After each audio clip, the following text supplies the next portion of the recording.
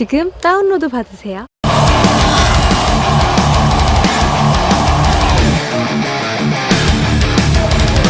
You know, every time I see that FIFA commercial, I feel like the sickest esports elitist. I'm like, that's not a real esport. That's a sport. Just like the sports nerds, you know, the 35-year-old guys that didn't make it into the NFL and are kind of salty and stuff, and are like, wow, esport. Why is this on my ESPN channel? It's not. The What's nerds. that Counter-Strike thing? Get that off. Yeah. I don't want to watch that. But yeah, it's That's really too funny. violent. Because as soon as I see a FIFA commercial, I have the same type of weird thoughts coming to my mind. I don't say them out loud. Well, I do here now on the show, but you know. You outed yourself by yourself on the show. That's right. It's I'm okay. ashamed. I'm ashamed. It's all good. I don't really like FIFA the game either. Very popular in Korea though. That's why they've got a league. But I don't really like soccer the game. I think it's overrated. yeah, it's all right. It's fun to play. To watch it, it's like Yeah. It's kind of like League of Legends. It's like there's like 1 point in a game. I'm like, huh. See, I'm American. I need basketball where it's like 100 versus 100. I'm like, yeah. Any one of these baskets didn't really matter. Yeah. Well, we are jumping into game number 4 here. It's going to be a ZVZ Impact versus Rogue, and we're going to jump into that right away. So here we go. Woo! Frost. Home map. Impact. It's kind of cool that that's his home map. We'll talk more about that, though, as we get into this game. I don't know the flow of SSL.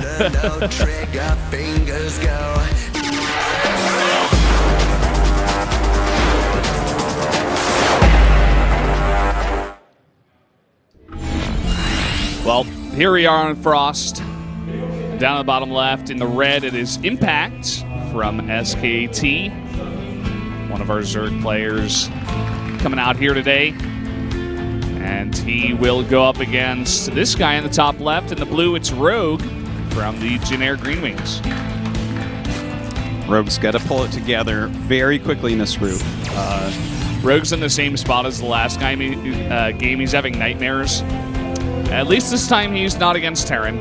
Yeah, he's against Zerg, but Impact is going to be one of the scarier ZVZ opponents you can really get because, and here's the thing, here's my thought on why he chose Frost. I think he wants to get into a Mutalist game if at all possible. Because like roaches on this map just won't be as good as Mutas, but like when he went Mutas against Curious, there had not, like I can't definitively say I've ever seen someone utilize Mutalist Zergling better.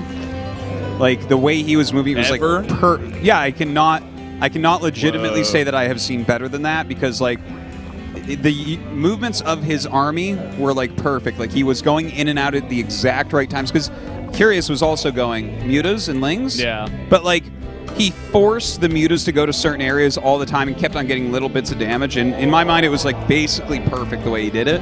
So that's what I think is, you know, probably why he chose the map. I mean, that makes a lot of sense if he's comfortable with that style of play. Frost is probably going to be the best map to do it on. Very big 4-player map. Yeah. If I had to look at other maps in the pool, like there's Dust Towers, very big 2-player map. Invaders the other 4-player map that's pretty big, right? that one's really quite big too, Yeah. The only thing about that is that cross spawns are banned. I'm not sure if that's Wait, you mean diagonal cross? Yeah.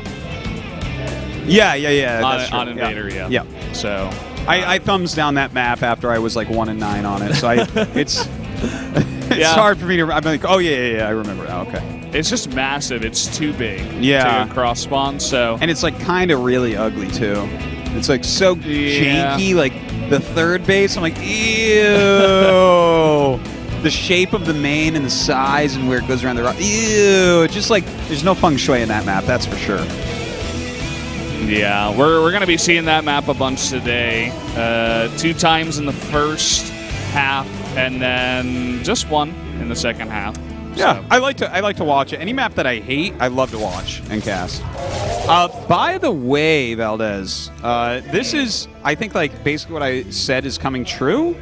Impact has rushed to layer, not even getting Zergling speed. Not even a Baneling Nest. Like, he is going to layer so quickly, and this can only mean that he's going up to Mutas. Like, what else would this possibly be at this point? So, Yeah, pretty much nothing else. If he wanted to do something really crazy like a Nidus, he would already make a Roach Warren. Yeah. Although he is putting one down now, it could just be for safety to make this wall at the front. And, yeah, I mean, if you're going to make the wall, you don't necessarily need the 2 Evos, and this could... You might need the Roaches. That's a possibility. Big Ling Bane comes in, you might need that. Insta-Spire as Dan Artosis Stemkowski looks like the smartest person on the planet right now. And oh yeah, it makes a lot of sense, you know. If he's comfortable with the style, you want to go for it. He's really good at it. And look at the map, how big it is. Like even in these spots that are like more. Imagine if they were diagonal. Okay, like Roaches cannot walk that far across. Rogue though, because his Spire is so quick, is almost, in my opinion, forced into going ground. Because it's like you're gonna get too far behind. Yeah, you're not gonna have any mutas forever, and he's just gonna be up in mutas. So he kind of has to go ground on a map where, like, the ground just can't get there. So maybe he tries like a Nidus play or something. But if he makes a ground army, how can he ever really attack Impact? I mean, he's only got 3 queens at this point. He may have wanted to make a bit more, especially if he knows he's going up against mutas if he was going to go for that Nidus. So maybe he'll just switch into Hydras here and just get those out. Yeah. And it's not that far in these positions, you know? I mean, you definitely can walk down, like, if you take that left path and stuff, especially, see, that's his third base, so... And that actually makes sense that Impact took that third. A lot of people might be thinking, oh, what about the other third? It's kind of further away, but this is going to be closer for his mutas to go back to save if any attacks go there. So I kind of like that because he's going to be the one over across the map. Right now we do have those mutas popping out, and now that Rogue knows, how does he play against us? Yeah, what's going to be the response here? He immediately puts down 2 spores, and they should be ready. He's going to make 4 spores, actually. Going to take this very seriously. Is there a chance that he didn't know this was coming, or is he just waiting until the last moment to make those spores? I think he was probably waiting because, like, it had to be that or, like, maybe a Nidus, right? Like, I can't think of anything else it could have really been.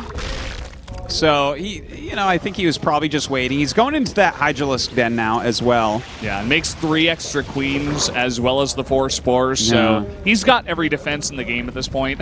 Yeah, and he's going to need that defense as well. Like, Impact is extremely good at this style. Now, what does he do with this Hydralisk Den? Does he get range or does he go Lurker Den? Okay, he goes for the Hydralisk upgrade. You think he'll just make a Death Ball and attack? He definitely could. I mean, what is Impact going to have on the ground? He is immediately switching into Roaches, actually, with +1 and speed. So it looks like he doesn't want to overcommit to the mutas here. He's forced a response, but he's only made 6.